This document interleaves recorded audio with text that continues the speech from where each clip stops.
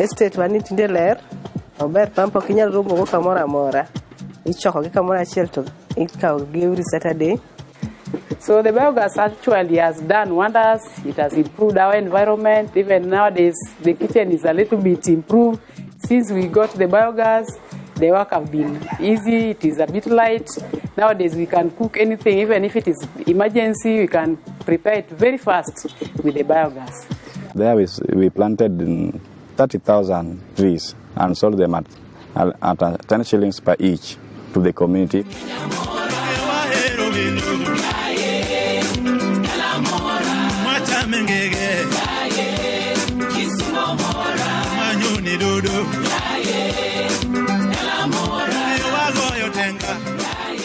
Climate change has no boundaries. It affects everybody, disparity of where you come from. We use River Nyando as the source of water. Sometimes we realize that at the time you think there will be a lot of water from River Nyando, you realize that River Nyando has gone down at a time when it used to be normal. So that implies that the climate change is in place, or is effectively taking place. So real it has been here in Kisumu, and just before it bites further, the county becomes a signatory to the Covenant of Mayors to implement the SEACAP projects through support from expertise funds. During the Afri-Cities, Kisumu showcases some of these early interventions. The 9th Afri-Cities Conference is very clear. It brings out the intermediate cities and how are the intermediate cities helping in the agenda, United Nations Agenda 2030 and the African Union Agenda 2063. SEACAP has come as a great blessing to Kisumu because Kisumu has been struggling to develop a climate change policy and also a climate change act. And we have been able to do this, and the SEACAP has come in so that it can be able to implement. SEACAP in abbreviation means Sustainable Energy and Climate Change Action Plan. The action plan is meant to identify the various challenges that come with climate change and also with the lack of or inadequacy in terms of energy. And so it is a process that is going to help the county a lot. These interventions followed a baseline emission survey and access to energy that has very interesting findings. Surprises in the findings has to be that change in gender role in terms of fetching of firewood. That was a real surprise for me, and it had a very interesting data to disaggregate and understand what is behind the figure. So from the FGD discussions, a lot came up, and clearly it is now the task of men to get this firewood for women to use in their households. So that was quite unexpected.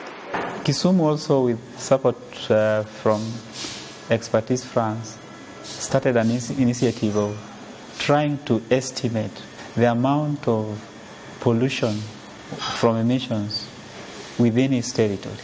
This is something that they started sometimes last year, and they engaged us to give them the baseline data. What is their status in terms of emission before they start even carrying out actions? 49.6% of energy used in households in Kisumu County is from firewood, 22.2% charcoal, while 7.8% from paraffin. These three sources make up to 37.45% of fuel consumed that is not clean.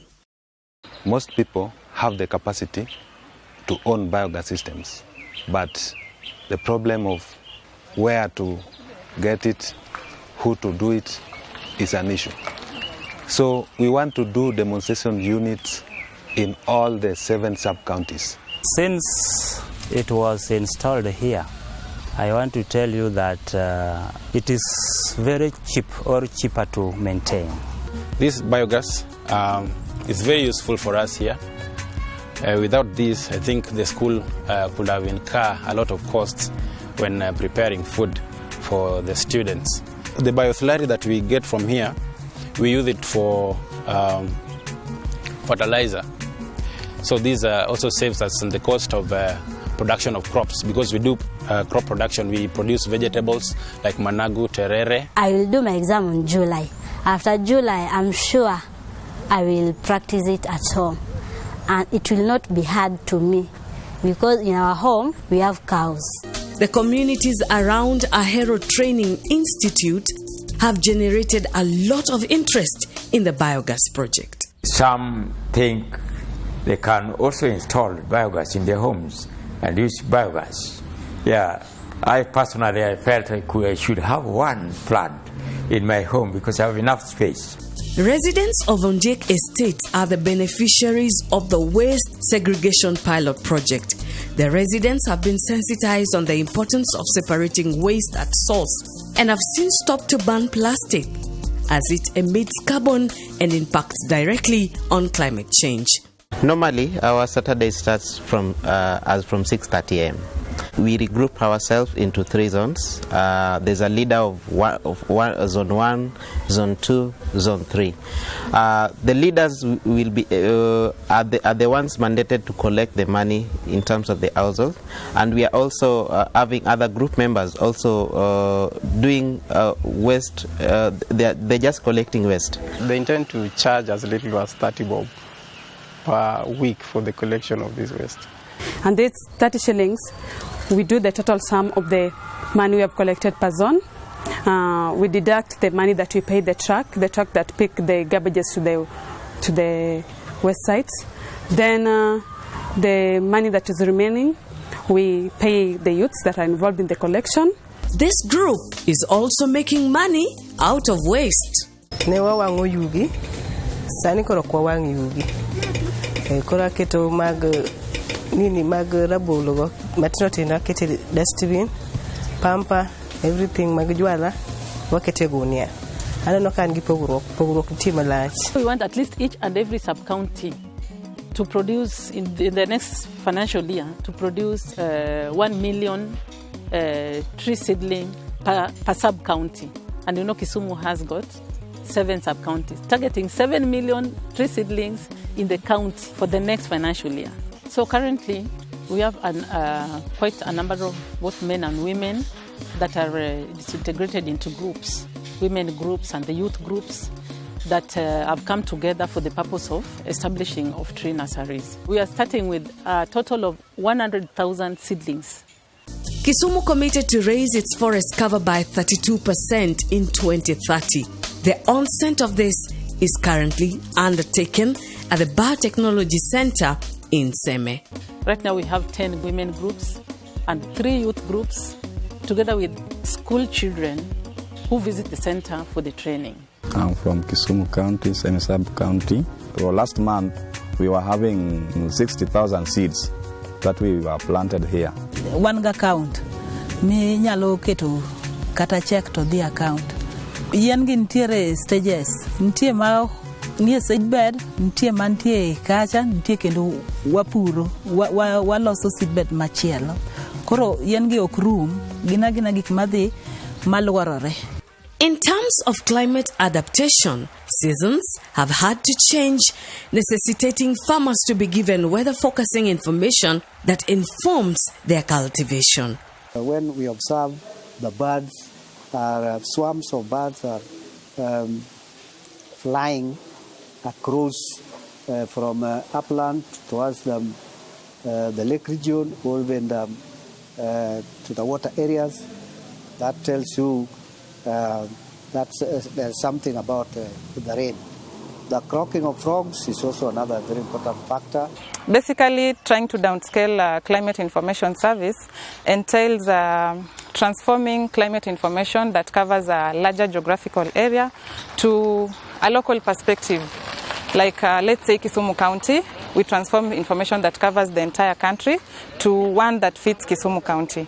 So the reason for doing this is just trying to ensure access to information and ensuring that the communities are able to evaluate the risks that come with these climate changes and be able to weigh situations in order to make decisions for purposes of making decisions in terms of when to invest and how to invest their resources, as well as define strategies to protect their livelihoods.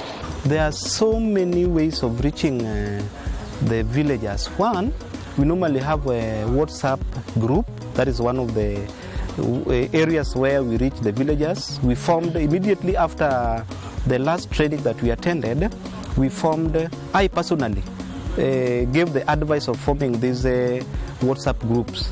Then secondly, we normally use the chiefs in our areas.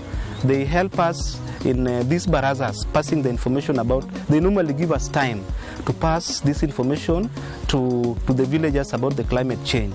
And we normally also use the learners in schools. We normally use the school heads, the teachers. They pass information through these learners, and the information reaches home.